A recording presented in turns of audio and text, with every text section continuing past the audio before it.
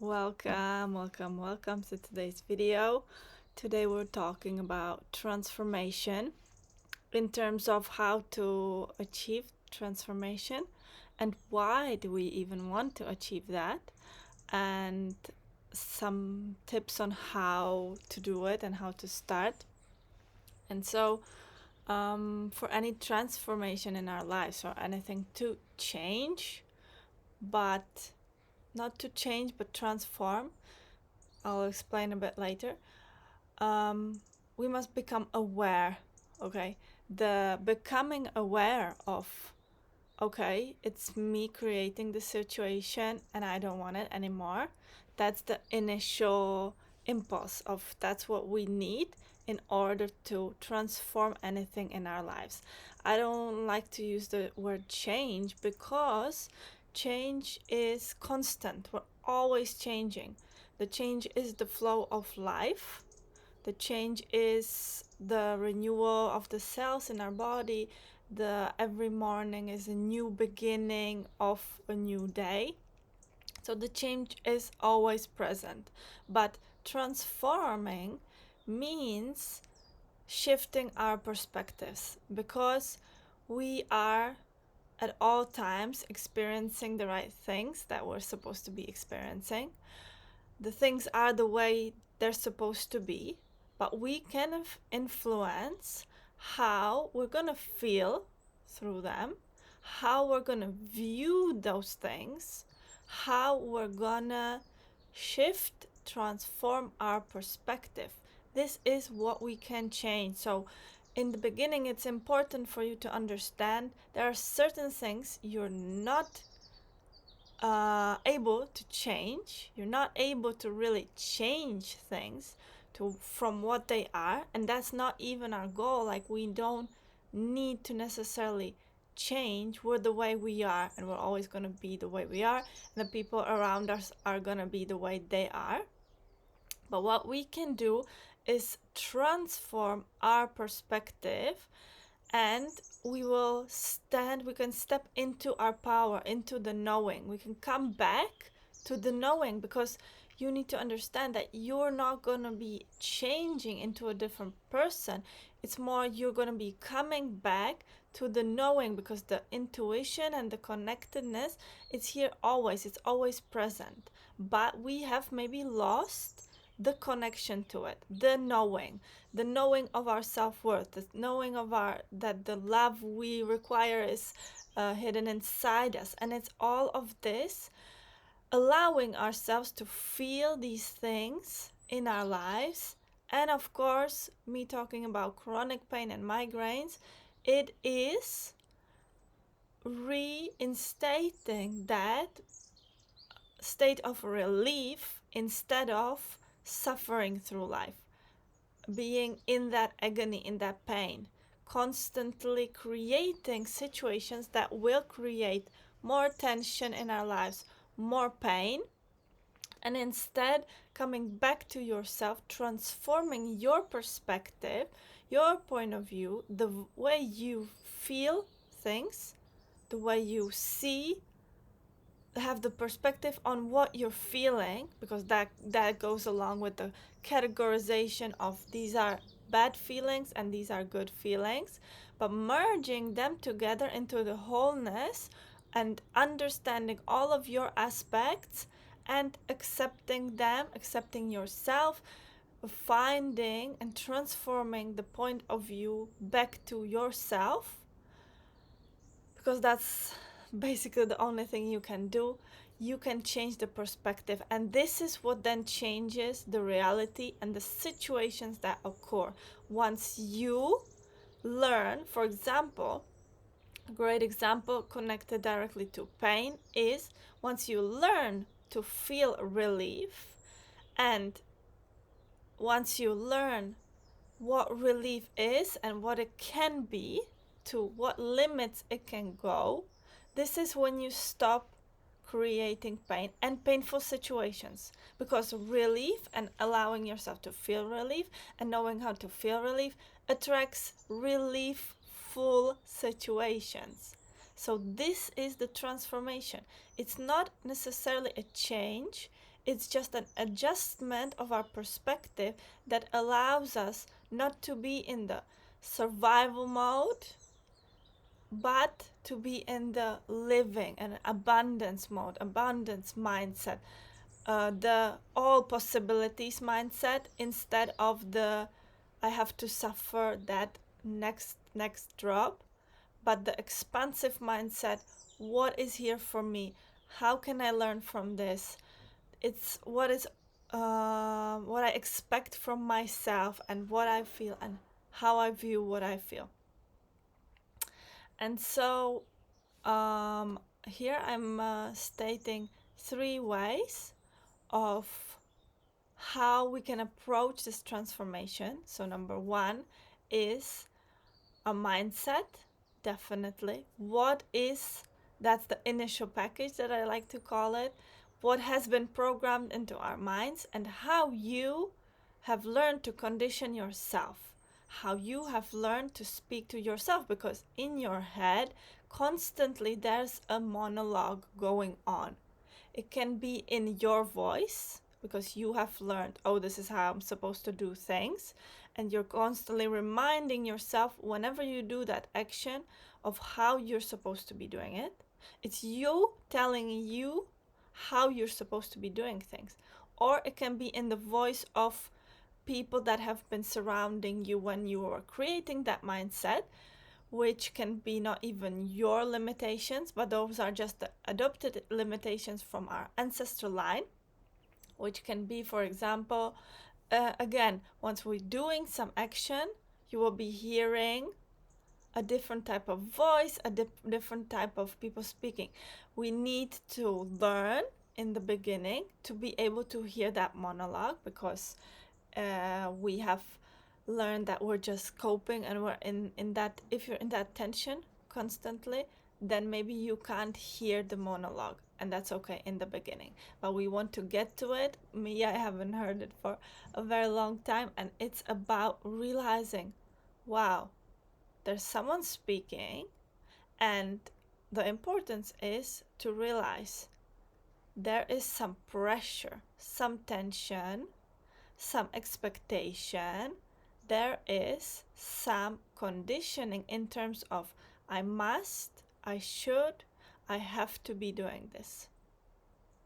And we need to go over all of the stories that we've been telling ourselves on how we do things and questioning them and selecting, this is what I want to keep. I like the way I'm doing things in this aspect, and this is how I'm going to reinstate these other aspects. For example, try to observe one thing that's coming up right now. Once you're preparing something for yourself and once you're preparing something for someone else, it can be food, it can be whatever is there. Maybe food, but maybe you can focus on this, and you can observe if there is some kind of tension. My story with food has been a long one, but going through a psychological eating disorder where I really wanted to eat, but I wasn't able to. I have understood many aspects of this and how food and the whole industry and everyone telling us what we should be eating can be very limiting and triggering, and maybe also the initial mindset of what we've been told. This is what you gotta eat in order to. But there's tension in this. If you're doing something in order to achieve something, then there's separation. There is tension in between those, because that's denial of your knowing. You know what's best for you. You know what foods make you feel better and what make you feel worse. You know what makes you healthy. We know this, but if we've forgotten and if we've been conditioned with that mindset, we need to search through this, search through the inner monologue of what we're telling ourselves in those situations connected to food, for example, whatever the aspect is, connected to that aspect. So connected to food, connected to money, connected to health, whatever. And we need to go through these stories again and search, where am I doing things from tension? Where am I bringing in relief? Relief will be, wow, no one needs to tell me what I want, what I have to eat. I'm free to eat whatever I want. I know what I want to eat. I know what's healthy for me. And then we create that trust again with our body, which acts as a perfect signalization in terms of the food, because then it's instant. We instantly have a reaction to the food if we're in that natural state again. And our body tells us yes or no. And it's very easy. This is where life becomes simple. But we have made it complicated by all these mindset conditions. So we need to go through them, sort out through that inner monologue, those inner stories. And from the story is created, a story carries energy, okay, of someone was telling us, like, you have to do this way, and this is the only way you can do it. But then you need to, if you're ready for the self-healing, you need to decide, is this the only truth of how I want to do things, or can I do them differently? Can I do them with ease? And this opens up so many possibilities, because everything becomes easier, everything becomes more relaxed. And for example, when the conditions, when there's too many conditions, with the example of the eating disorder, the too many conditions just block the body, and then it doesn't want anymore because it believes everything's bad for it. So we need to reinstate that trust, transform our point of view, and adopting that point of view that, wow, I'm free to do whatever I want. Number 2 is our words and how we talk out loud about something, and what we usually say and what we think. So the way you speak about things is the way you see them. Whether it is, again, food, whether it's money, whether it's relationships, the way you speak about, for example, your partner is, he's just a reflection of you. So that's how you're speaking about yourself. That reflects that relationship. And it's healthy for you to stop in that and see how you speak about something, especially in those aspects where you want to transform your current situation, where you feel like you're limited. For example, where you feel some lack, you don't have enough nutrition, food, I don't know, health, money, relationships, abundance, whatever. So wherever you feel some lack, there is a good place to start and see the conversations you're leading about that thing. How do you speak about the food? How do you speak about the money? What do you say? And what do you think? Because that will result in the situation, in the reality. The reality is an illusion. What you see around yourself is an illusion, your bank statement, whatever. It's just a reflection of what you believe. And you need to transform the way you see things, which transforms the way you do things, and that results in your reality. And the third step is, what don't we say and what don't we think, and why?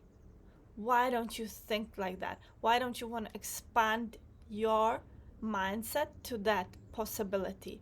For example, pain-free life. I can lead a pain-free life. For example, life is simple instead of life is hard. Life is easy. Okay, and why don't you think that way? Why don't you say that on a daily basis of that thing what you want to change? If you are gonna be in that scarcity mindset of how hard life is, and you're gonna be talking about it, and you're never gonna be saying, wow, this comes to me easy and I want to adopt also the ease, then there's no room for that ease. Why would it be there? Because that's how you're talking about yourself, right? And very, very important thing on the self-healing journey, on the gathering of your responsibility, which might sound really harsh, but you need to understand that no one cares about you. And I'm going to develop this, and I hope you understand what I mean by this, but it's very deep, this understanding, this thought is very deep. So, no one cares about you is such a great, great asset thought, is a very strong core thought, meaning no one has the ability to think about you, care about you in the way that we have. The initial instinct, the self-preservation instinct, is to care about themselves. Okay, we primarily have the instinct to care about ourselves. This is, as selfish as it might sound, this is the reality of things. This is the base of things. And this makes so much sense because we are meant to be taking good care of ourselves and taking over all the responsibility over ourselves, over all our aspects of our lives, over our own health. So this is why we need to initially be only able to care about ourselves, to be able to survive this life, to be able to have that instinct of survival, okay, of preservation. So we only have this ability, and it's not a negative thing, it's the most neutral state, that your primary way is to care about yourselves and not about others in terms of whatever, okay, in terms of their survival. And the fact we care, of course we care because we've been enabled with compassion, with emotions, with these feelings of sincerity that we can relate to things, but it's only that illusion of ourselves in those people that we're relating to, because we put in what to what they're feeling, our feelings. We have compassion if we can understand of how that person might feel if we're coming close. Okay, so of course we have that compassion, but logically it's not possible that we primarily care about someone else.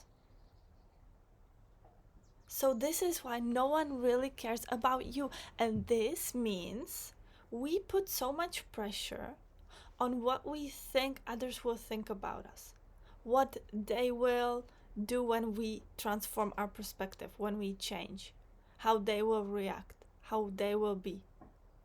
We put a lot of pressure on this, and this is where we're limiting ourselves, because we spend so much time on thinking how they're gonna be if we put ourselves first, if we start taking care of ourselves, if we start taking care of our health, and we fear to be selfish. But if our initial instinct is being selfish, not in a bad way, in a neutral way, selfish is the neutral state, is the base state, the beginning state. So whenever you are putting more importance in what others will think instead of I want to heal myself, I want to feel good, I want to feel great in my life, then you are separating from your natural ability, from your biggest potential, from the place where things work. So you're draining your energy by fearing what others will think about you. And we project this onto our beliefs about money. What will they think when I get so much money? But the thing is, they will only think about themselves. They will see what you are without money or with money, and then they will project it to themselves if they care about you to that extent. They will project it onto themselves and will be thinking, well, what does this mean for me if that person has money or doesn't have money. We're gonna be acting the same way because money is energy and amplifies us. Health is energy and amplifies us. Food is energy and amplifies us. Okay, we have some initial mindset, we have the initial coping of our body. That's the initial gift package that we came here with. And then the rest is the way we use it. We've been given a body as a tool, and the rest is how we use our body. We've been given a mindset, mind as a tool. We've been given mind, connecting us to infinite possibilities, but mindset is the programming package, as I call it. We've been given a mind. To use it and how we use it, that's up to us. Okay, we've been given all this abundance, and how we use it, that's up to us. So in a transformation, in wanting to really transform something into our lives, we need to understand no one's coming to save you. No one really cares about you in the best possible way, because they don't have that ability. And if you really understand this, you will be free from overthinking, from so much anxiety of fearing what that other person will think about you. They don't have this ability. And observe this. Go through these monologues, go through what you're saying about yourself, and understand that no one really cares about you, and you don't really care about others in the best possible way, because you can only better yourself or worsen yourself. And that's why you do it. You want to be better so that others think better things of you. The same way they want to be better so that you think better of them. But this only confirms that no one really cares about you. Everyone primarily cares about themselves, because that's just the ability we have. We don't have the opposite ability. Yes, we have compassion. Yes, we are able to care about others, but only through our experiencing it. Only thanks to the whole spectrum of emotions. This is why we relate. This is why we have compassion to someone going through hardship. But if we haven't been going through hardship, this is where I explained the spectrum of emotions, the positive and the negative ones. If we have never experienced the hard ones, we wouldn't be able to even care. We wouldn't be able to relate. We wouldn't be able to have compassion to others if we wouldn't be able to experience the spectrum of those seemingly bad emotions. But they're just all emotions. That's the whole spectrum. You need to learn how to experience all of them. This is the transformation of the perspective. It's not the change. It's not changing something about yourself, but it's transforming the perspective on it's okay to be angry. It's okay to be sad. It's okay. And I know how to be sad. It's learning how to be yourself in all the aspects. It's learning how to use your body as a tool, how to use your mind as a tool, how to use the things you've been given as a tool, how to use money as a tool. It's all a learning curve. It's a life experience. We're here to experience, and we create how we view those experiences. We can stay forever in the victim of they're all doing this to me, they're all harming me, they're creating the tension in my body, they're creating my pain. Or we can become the creators, the responsible ones, and transforming. That's all we can do, transforming the perspective into, okay, I've had the worst day today, and that's okay, because thanks to having that worst day, I will be able to relate and advise maybe someone who's had the worst day. Because I don't care, I can't care about someone else. I don't live in their body. I can't live in their mind. I have no idea what they're thinking. I have no idea what they're feeling. And that is not my topic. That's not my task here. That's not my purpose, why I'm here. We're not here to save others. And whenever you're trying and trying and trying to do only good or only saving others, this is why you will see certain charities that don't work, that don't develop, they don't get to the needed actually, because you need to guide by the example, by teaching how to, for example, use all the tools you've been given. But you can't ever save anyone because you don't have that primarily ability. In the survival mode, in the self-preservation that we are here to be, no one really cares about you because they don't know how. And you don't care about others, not really. You care about what they will think. You care about what they will do if you change. You care about, you fear them or certain things, but you don't really care about them. You can't. You can only perfect yourself. You can only get to know yourself, maybe through the lens of others around you, or through the direct lens of discovering how you talk, how you think, what story you telling yourself. But this is the growth of the transformation. Okay, so I'm gonna leave it at that, and hope this makes sense, hope this resonates, hope this lands. If it triggers you, welcome it. I'm really happy if it triggers you. There's something true for you in there, some gift for you in there.